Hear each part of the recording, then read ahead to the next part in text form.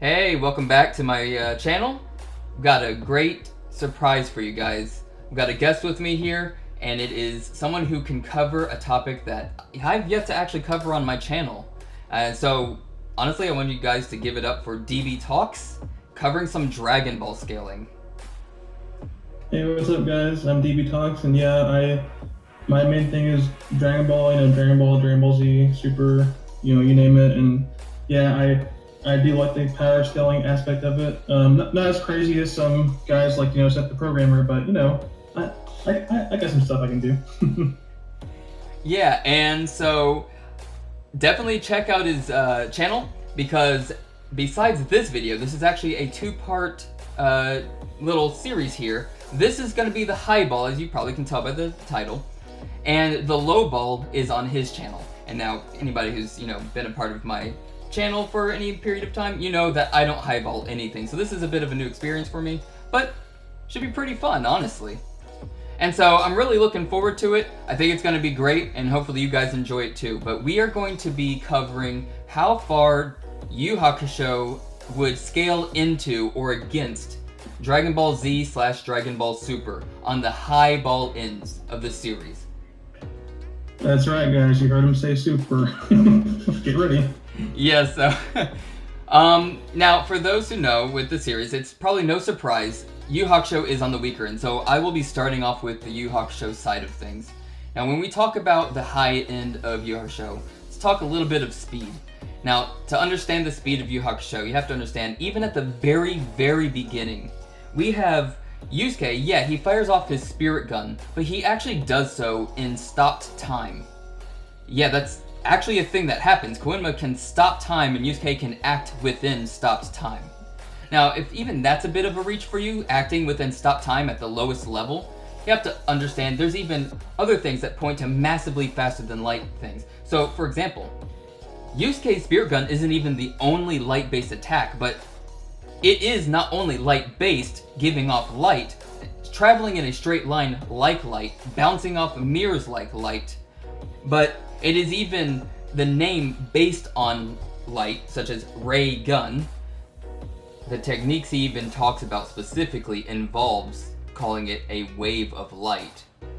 So with everything showing, it's like the whole lore and the whole idea behind his spear gun being light is shown time and time again, described as such, having the properties of such through the mirrors, the straight lines, even being heat-based, which you would see with like Toguro and other various things many times. But additionally with the spirit gun, we also see Hiei, just at the very beginning, being able to dodge this point blank. So if that's not enough for light speed at the very beginning, aside from being able to shoot it in stopped time, we have someone like Botan, who is one of the weakest people in the entire series, who is able to travel from Earth all the way into heaven, which is essentially a small portion of like a universal scale within Spirit Realm itself. Heaven and hell are separate like verses within just Spirit Realm. And even to get there, you have to actually travel through in another entire realm where light cannot make it through. And yet, Botan herself can actually go through that, and it is an entire realm of darkness. A purgatory of souls where no light ever shines through. And yet, Botan can go past it. Even more so, we have what is known as the hyperspace that separates the realms between Spirit Realm, the Ningenkai, the human realm, as well as the Demon Realm, which has countless stars in between it, and the main cast actually traveled through this space within like less than a minute. So many different things that show massively, massively faster than light speeds. And as for power on the low end, we have even the weakest of spirits. Spirits which we see in the Dark Tournament can be casually destroyed with no problem, though they can kill like low-end demons. These low-end spirits themselves can even with their psychic powers blast other spirits to the end of the universe. Just in Dark Tournament levels, we have Yusuke given Genkai Spirit Orb, which has the energy of a sun, which makes up 99.5% of all mass of a solar system. That is probably where I'm going to stop for here, But the lowest end, we're just at C-class levels of power with some of the lowest end for speed going for Yu Hakusho here. And where do you think this scales towards DBZ? Because we're not in Super yet, but what's your take on that? Alright, so if we have Yusuke here, let's see. So if that would put him solar system level, Jesus Christ, then we would have to say we're already in the Cell Saga, I guess super perfect Cell. As he was stated, you know, he was going to blow up the entire solar system if Gohan didn't stop him. So yeah, it looks like C-class Yusuke going into B-class is Cell level, which is pretty nuts. Yeah, and that is just going into B-class. That's still with him being cuffed, he would be at that level. Now, something else before I can finally start jumping into some of the high ends, because this is Cell level's nothing, guys. Dragon Ball gets so above that. So if we need to catch up to that degree, now I'll bring in the Psychics. Now, for those who know, in Yu Hakusho, there are these Psychics who actually get their powers from the Demon Rift opening up into Demon World, of course. And their psychic powers are vast. We are talking about people who scale far, far below even baseline Sensui, and yet have the power to create multiple dimensions with mixing their blood into, say, rain or water inherently, where they can create multiple dimensions. As in, like, if you are trapped within them, it's not a physical space that you simply traverse out of. You don't, like, swim out of it, for anybody who's seen it. Kuwabara, he escaped via literally punching his way through the dimension. His energy is able to transcend dimensions until he eventually is able to create his Jigentou and cut through dimensions. But even his energy, it's just his energy that it forms into the Jigentou. Don't misunderstand, he can punch his energy through dimensions. But even he's just at B-class levels here.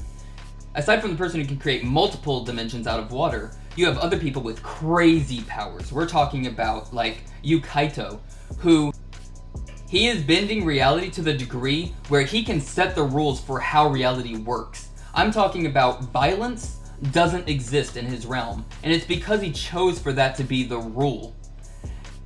He also can set up, like, forbidden rules, such as if you break this, such as the taboo. If you break this rule, your soul is taken from you. So we know he sets it off as if you say the word hot, your soul is taken. But we also later see he can change it on a whim.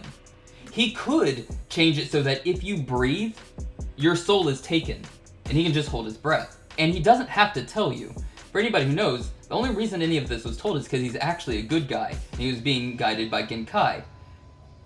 This was purely plot, for the sake of showing that you can't simply be all-powerful like Toguro. Because you beat Toguro, you're not the best anymore. It's more, you gotta think beyond just that level, as Genkai was trying to show Yusuke.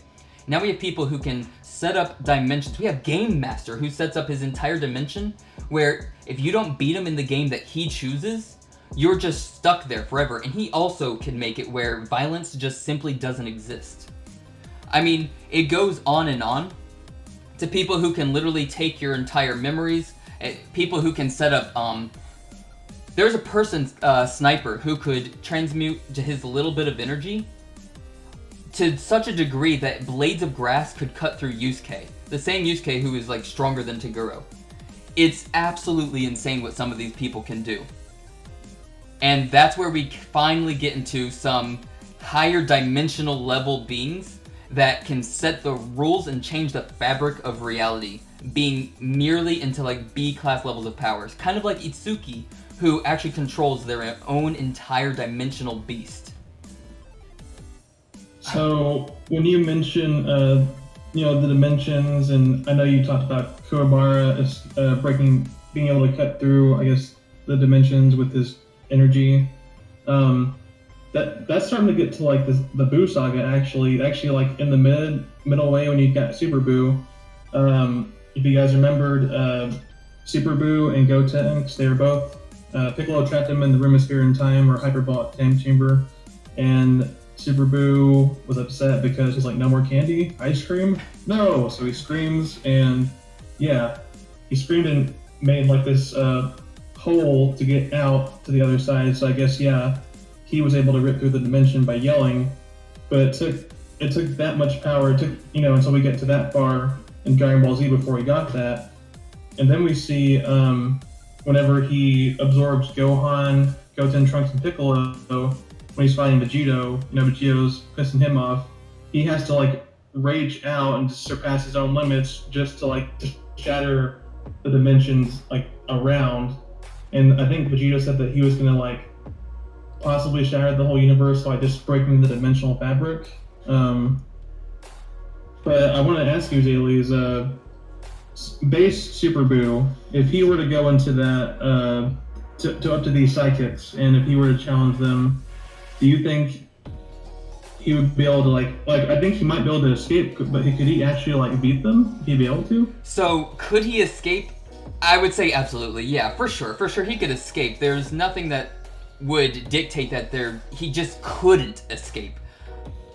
But there are a few interesting things. So one, do I think he could beat them? No, actually. They can change the rules so much that it's not like being able to escape allows a win. He just can escape.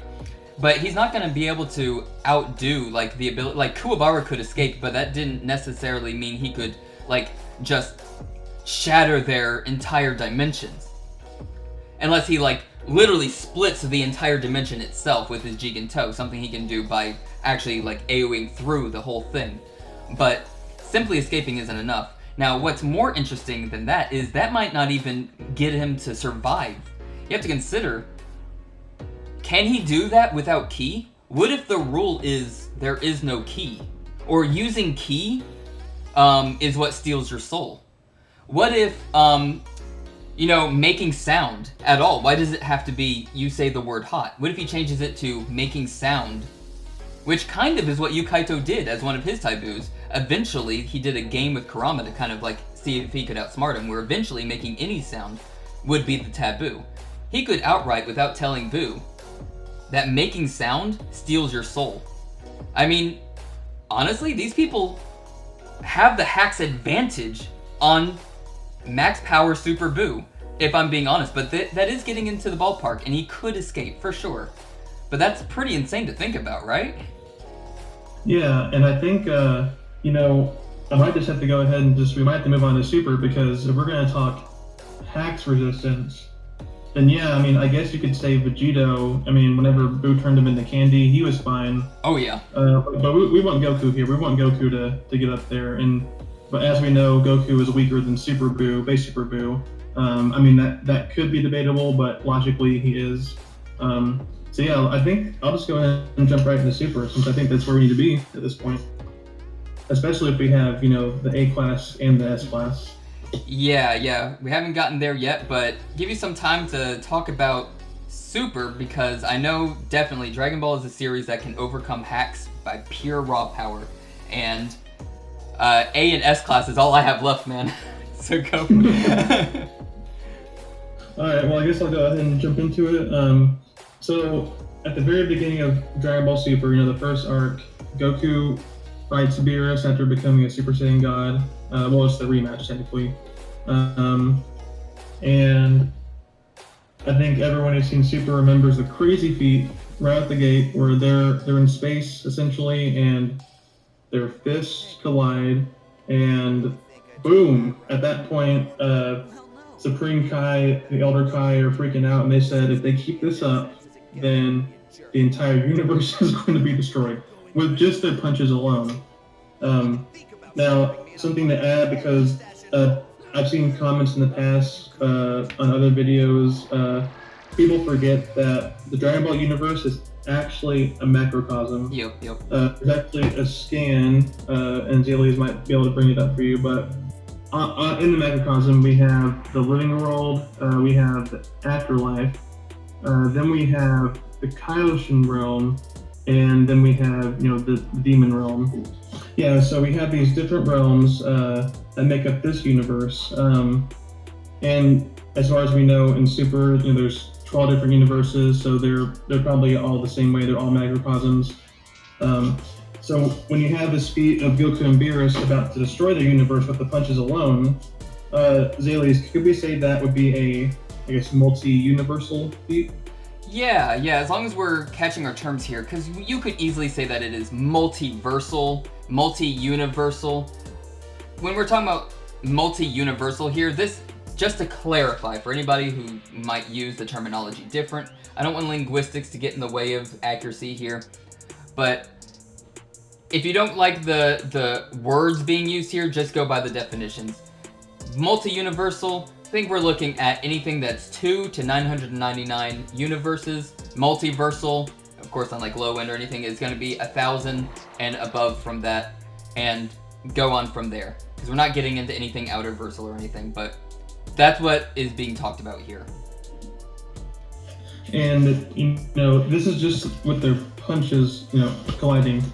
I can only imagine what would happen if Goku used, like, a Kamehameha, or heck, even the Spirit Bomb. I mean, who knows? I mean, yeah, true. That could probably take it to the next level, right? Yeah, absolutely. Yes, this was just a punch. And it's not like he was punching... of course, you can't punch the universe, right? But it's like, the whole point is like, this is like shooting the Kamehameha next to the moon, and it destroys the entire moon, but you never even hit it. Like, he's not technically attacking the universe or anything. It's just like the aftershocks of a punch. Like, let alone a Kamehameha or a Spirit Bomb. Yeah, holy hell, yeah. We're talking about whole different levels there, so. and we do know that Beerus was heavily suppressed against Goku. I've seen people in the past YouTube comment section say, oh, well, Goku couldn't have done it without Beerus. I mean, I still think he could have pulled it off. I mean, do you agree, or do you think Beerus was like a necessity for that? Personally, I would say it's a necessity for him to do it with just a punch. Though with like Kamehameha levels of potency, like energy output, and especially with Spirit Bomb, it seems very, very likely, for sure, yeah. Okay. And then just to clarify, would the Kamehameha and Spirit Bomb put it on the same level as the fist colliding, or would it still go beyond, like you mentioned? It's in my blood to lowball, so I would comfortably say that at the same level minimum, given the giant power difference between imagine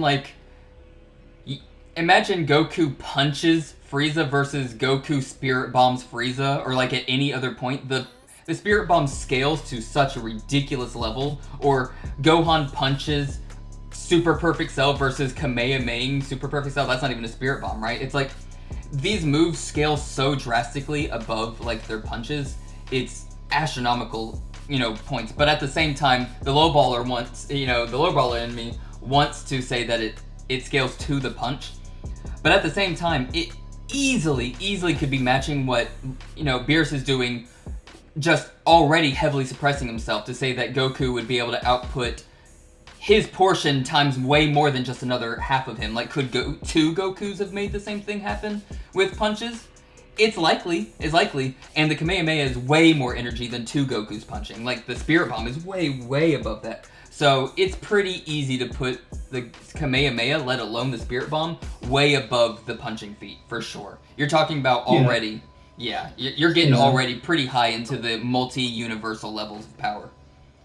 For sure, yeah. And so, and putting it like that, regardless of what the naysayers, say, even without Beerus, Goku could still pull off this universal feat as a Super Saiyan God. Oh, but for sure. We do know that he gets stronger. Yes. After every freaking arc. And I guess we can go into Rival F. Well, actually, right before Rival F, before the battle of Beerus is over, he's able to absorb the God power in a Super Saiyan form, but then at the very end of the fight, he's back down in base form. Beerus sends this giant ball of energy at him. Goku haymakers it in his base form. Okay, so I think it's safe to say that at that point, Goku had absorbed the God power in his base form as well. And then we get into the Revival of F arc. Goku goes to train with Whis after finding out Vegeta was already there for about 2 months. When he gets there, he senses Vegeta's ki, and he's just like blown away. He's like, wow, Vegeta, I think you might have surpassed me.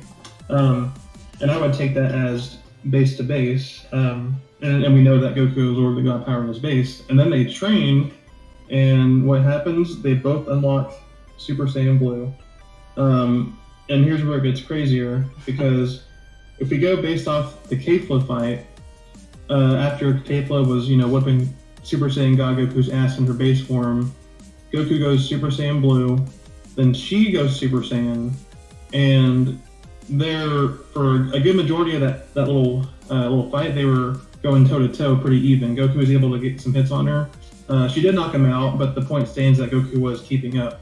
So it's safe to say that Super Saiyan Blue literally is what the original name was. The original name was Super Saiyan God Super Saiyan. Yep. So it is literally multiplying Super Saiyan God times 50, which is nuts. So his base form's already at Super Saiyan God level. He still has the Super Saiyan multiplier, so normal Super Saiyan 50 times, and just to make it faster, say Super Saiyan 3 we know is a 400 times multiplier from his base form. We don't know the multiplier for Super Saiyan God, but as I mentioned earlier, the blue form is 50 times off of the God form. So yeah, it's kind of crazy. It's astronaut. Yeah, it's insane. So I guess, let's see. I guess it would be safe to say, would he still be multi-universal, or would he be starting to get into the realms of multiversal? I personally think as long as we're looking at all the feats, the scaling, and what is stated and shown, especially with the lore of what's being said here, we're easily getting into the highest ends of multi-universal and going to like the lower ends of multiversal for sure. With already like Super Buu being a threat to like, certain levels of the cosmos way back in Z. So at this point we're getting pretty up there. We're getting easily to like the low ends of multiversal. Yeah. Okay, so I'll go ahead and stop right here. And where do you think YuYu Hakusho stacks up now? Yeah, well, it's a good thing I saved myself some A class and S class, because if I have to get to multiversal, I might be in a bit of trouble. But I can get there. I can get close for sure, and then I can actually supersede the low end. So, alright, my turn then. Let's get into some more of the YuYu Hakusho scaling. Alright. Now, let's set up a bit of the lore between what's actually shown in YuYu Hakusho. Now, the reason I wanted to leave behind some A class and S class is because the lore behind them is repeatedly shown. And it's insane. It is far beyond anything you would see with Toguro or anything like that. For like B class people or C class having beyond the energy of a sun, remember that was just a portion of what Genkai gave away. Or even these different like higher dimensional levels and fabrics of reality being changed by these psychic humans. Screw all that. That's nothing. Alright.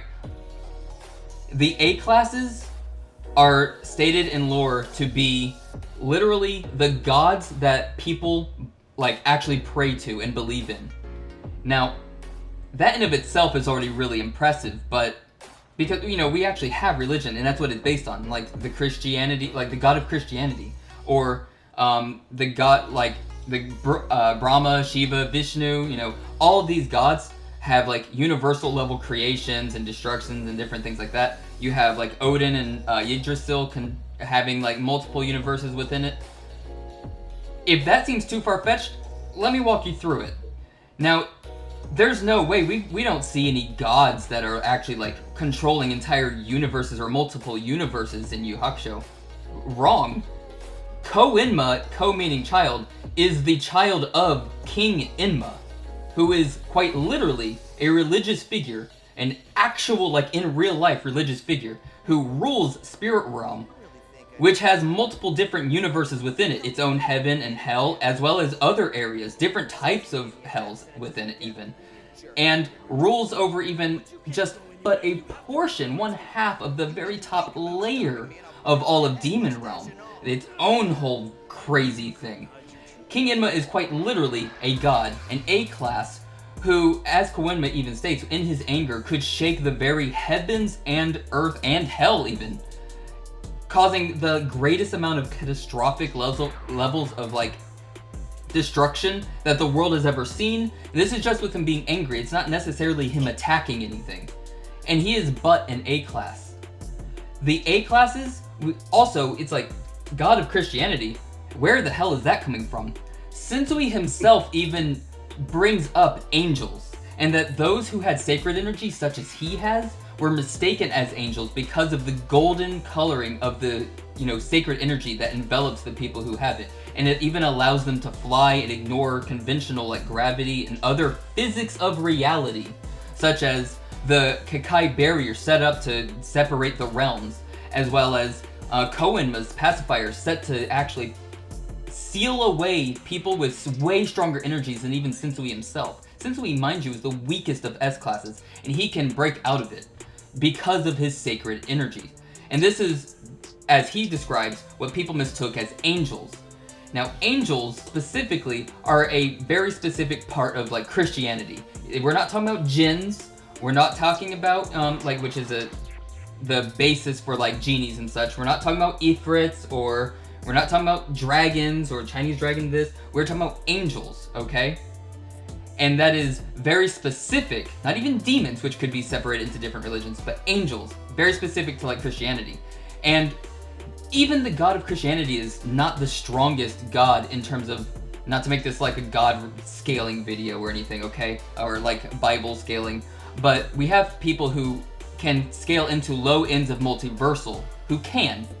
Now, the low end of, the low baller side of me wants to say, I'm not gonna necessarily say like someone like Odin could one-shot Yggdrasil and take out a multiverse. I don't even think Odin and his creation story with like Ymir had to do with like destroying a whole multiverse or anything. But as you can see, this is just the A class. When we get into S class, you have to understand that S class demons, in terms of power, hate the actual representation of what it's known to be called S class. Because S class is simply a ranking by the spirit realm to dictate those who are so strong that all of spirit realm cannot control them. There are S-class demons who are so weak to other S-class demons that they make up the slaves. Like, literal, like, they are just the minute little throwaway trash slaves to these other S-class demons, and yet they are astronomically more powerful than these A-class gods. It's even more impressive because the difference between the lowest, weakest S-class in the series, the difference between, say, Sensui and Yusuke when he got hit by the car in, like, episode 1, that difference in power is less than Sensui to the actual highest S-classes in the series. It's insane, yes. And I mean... At least repeat that one more time so my brain can process that. So we're talking about, like, yes, the difference between Sensui, the weakest S-class in the series, and Yusuke at, like, E-class to the lowest D-class powers when he dies to getting hit by a normal-ass car, that difference in power is less. They are closer to power together than Sensui to end-of-series Yusuke. Let alone the Three Kings. Let alone someone like Prime Raizen. I mean, it's disgusting, the scale. Holy shit. So when we're talking about just some B-class levels of power having their own dimensions here and changing the fabric of reality, we have people like A-class, let alone Kuwabara, mind you, with his Jigentou being able to cut through dimensions. Now we get into A-class people who can get into high-end multi-universal, depending on the god, but more so like mid-end. Multi-universal is much more comfortable because it varies on the god. To S-classes, finally getting in towards like the low-end multiversal. You have to also understand, like when we're talking about S-class, the difference is like so crazy. We're talking about like Sensui powers up against Yusuke, and their aura clashing, just their aura alone, the weakest thing in Yu Yu Hakusho, would literally have one-shot, casually, all of the main cast, who were mid-A class, like gods, right? Actual gods. It would, their aura, not actually trying to fight them, would all one-shot them, effortlessly. And then, it just goes from there. So, it takes the low end of S-class to match up to, finally, just pretty much the very beginning of, Dragon Ball Super Saiyan Blue Goku, who hasn't really trained with it yet. So I finally, after all that, has been able to match up to where you left off on Super. Now, let's see, Yusuke, Kurama, and Hiei. So you're saying that once they've done their training with the Three Kings, that they should be at Super Saiyan Blue Goku level, at least when he at first appeared? No. So they actually get a little bit of... So, to be clear, they actually all end on upper S class. That was the low end, like, Sensui level, the lowest end of S class. To be frank, they get between... they're getting, like, the main cast there when they were A class.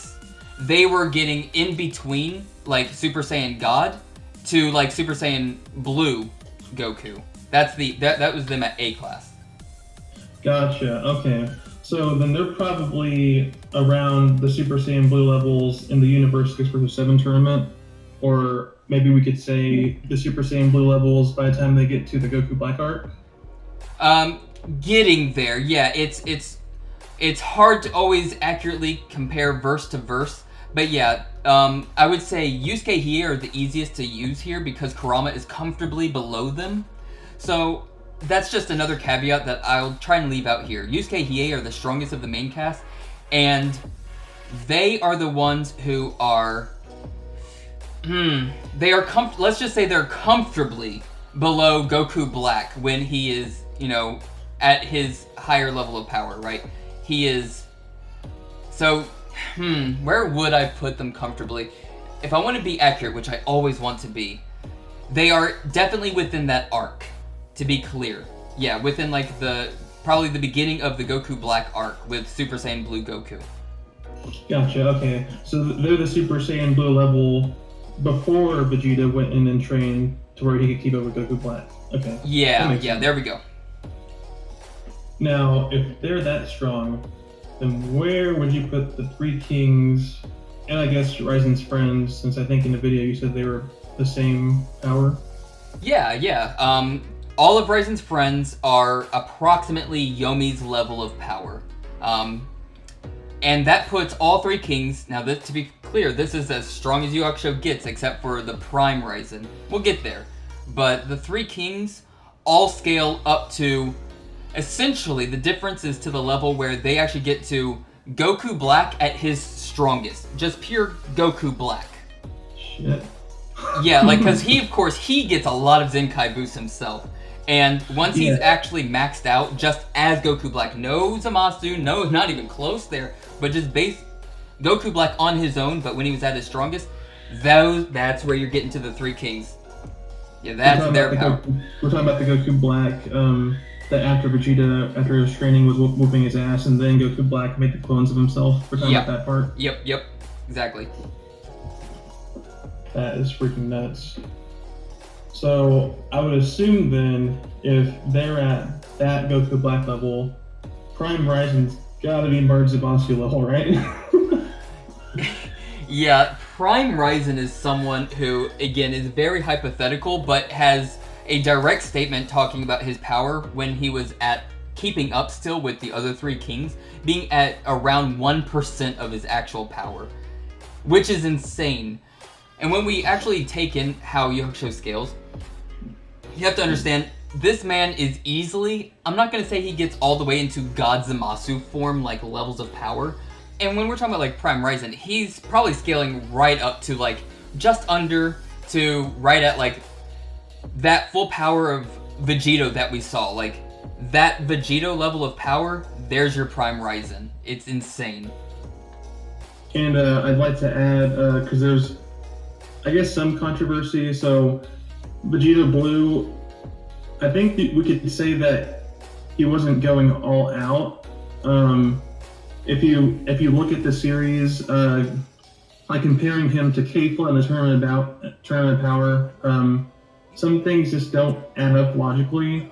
Because I would say personally that I think that Goku and Vegeta, base to base, that if you put them against Kale and Caulifla with their bases, I think they should still be stronger than them. And so they have the blue form set on top. So, it doesn't really make sense to say that Goku Vegeta Super Saiyan Blue would be weaker than that Kefla. So I don't think he was going all out. But I think what Zayla is trying to say here, that just from what we saw, if he is suppressed, then that's where we put Raizen. Yeah, absolutely. That's exactly what I mean. If he was going all out, then with basically he scales to what we saw of Vegito's level of power and what he can actually output. Yeah. If he was suppressed and he's got more, then I'm not gonna say that Raizen scales to someone not having gone full power. Then he scales to what we got to see. And honestly, that's pretty much as far as Yu Yu Hakusho goes. I don't have anything more. I couldn't make it to the Tournament of Power, man, but that's where we get to with Yu Yu Hakusho. But how much further do you think you could push DBS? You don't have to make it all the way to the end and just completely curb stomp everything I've got for Yu Yu Hakusho, but how much further do you think you got? Well, it's interesting. So before the Goku Black Arc, we did see that when Hit was trying to use the time skip on Goku using the Kaioken stack with Super Saiyan Blue, Goku was so fast that I guess you could say he transcended time, maybe? Again, power just overcomes their hacks, and they also can, they can shake, Infinite Void as well later on. Yeah, they got some crazy stuff, man. Yeah, later on we see Toppo, when he becomes a god of destruction, he literally changes the color of the World of Void from, I think it was just completely black to purple, I think.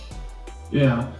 And this is an infinite space, and then, Goku, when he goes Ultra Instinct Omen the very first time, he's shaking the World of Void, which is nuts. But I want to go back to give Raizen some credit here, because as I mentioned earlier, Goku, he's able to, with his power, surpass Hit's time skip, at least before he adapts. And then merge Zamasu himself, later on, after we thought Trunks killed him, he's merging with the universe, but then he's also they can see him in a completely different timeline. He's starting to come through. And if Raizen himself in Prime, if he's Vegeta Blue from what we saw, then would it be safe to say that we could attribute all this to him as well? Honestly, yeah. I mean, for sure. You have to understand, as I said with a lot of the god stuff and their ability to transcend beyond a lot of these dimensions or dimensional beasts, even the weakest S-class again, Sensui, he was threatening all of Ningenkai just by powering up to 50%. He was threatening to destroy all of Ningenkai just powering up. Not actually attacking once more. We're talking about him overshadowing entire beings who can create universes just powering up. And so Raizen easily transcends a lot of these core things. Yeah, you could easily attribute it. Yeah. And for those naysayers who are going to come out and say, oh yeah, but when Yusuke and Sensui fought in Demon World, how come that didn't blow up? Well, Zaylees, how big is Demon World? Oh my gosh. So anyone who has seen my past video talking about how big is Demon World, you would know that I lowballed it to such an astronomical degree. I was talking about simply where Yusuke was dropped off, and then him simply making it to Raizen's country, scaling it off of his bottom tier S-class speed of running for 5 days straight at max speed, which is verbatim what happened. And taking that to be the actual total size of every full layer, everything that makes up all of Demon World. And even that is coming out to, solar system sized space.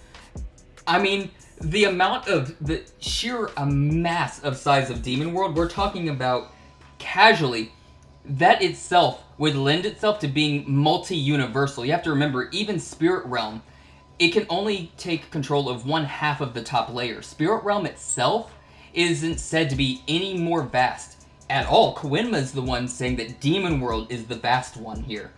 And that they have no idea how deep it goes, just that it's so vast compared to anything that they have any idea on.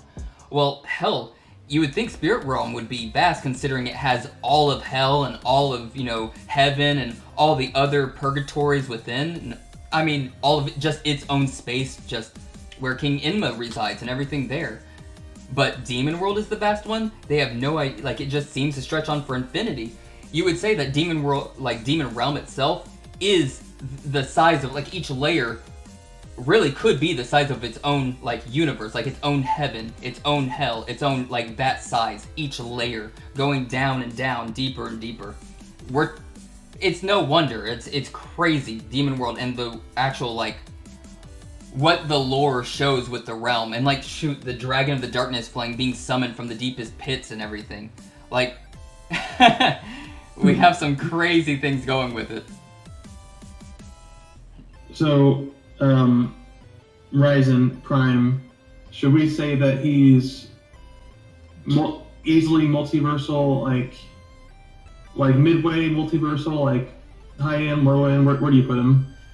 So I put him, like I said, I would put Prime Raizen up there to, like, the Vegeta we saw, Super Saiyan Blue, and that alone is already getting into the mid to high-end levels of multiversal in power. Yeah, that's exactly where I would place them. Wow. Dailies, this could be one of your most controversial videos. For sure. I mean, hopefully people understand. I'm also not used to highballing here, but the lore all supports it. Now, I mean, I don't think anybody's gonna take DBZ or DBS to be too controversial, so I always have, because everybody's like, YuYu Hakusho, no way, until they actually see the manga. A lot of people have only seen the anime, but I'm fine backing. I have all the scans here. It's no problem for me and the lore to actually argue it. Hell, I mean, I even held back on some, like, even the SDF, the literal Spirit Defense Force, who are directly under King Enma, a god, who are A-classes themselves, who hunt other gods or other beings at the level of gods, like Yoko Kurama, the four-tailed fox. They are verbatim are made for hunting down these crazy levels of power, these A-class beings. And even they're talking about when Yusuke resurrected as his Mazuko form, even they're talking about, like, his power is so high that he's infinitely above anything they've ever felt, which is another infinite scaling towards universal thing. So, yeah, there's just so much that goes into it in the lore. Come at me. I'm fine if it's controversial. And I'd like to add, I had always wondered who would win in the fight, King Yima from Dragon Ball or King Enma from YuYu Hakusho, but I think we have the answer here too.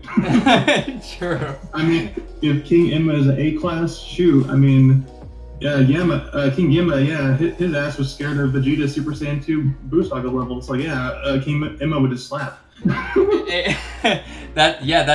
We're talking about a guy who can shake all of heaven to hell just with his anger. Yeah, that's it's no joke, man. Insane.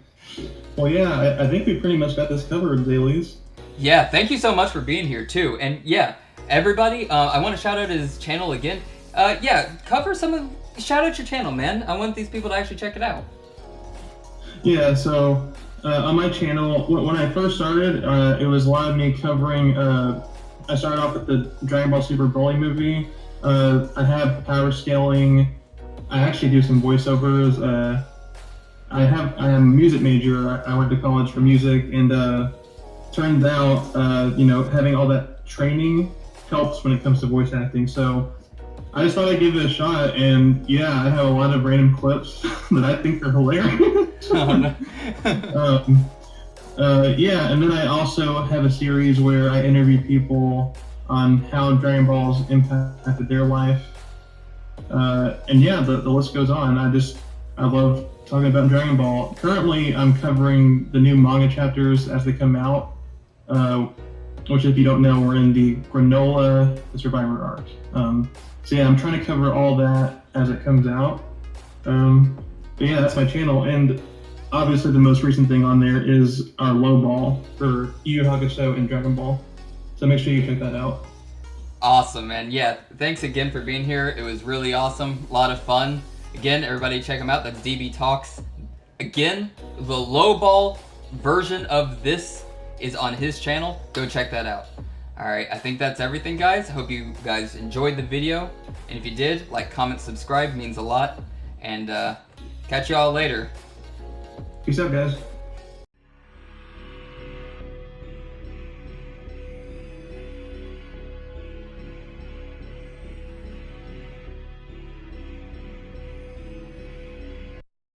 Pastor.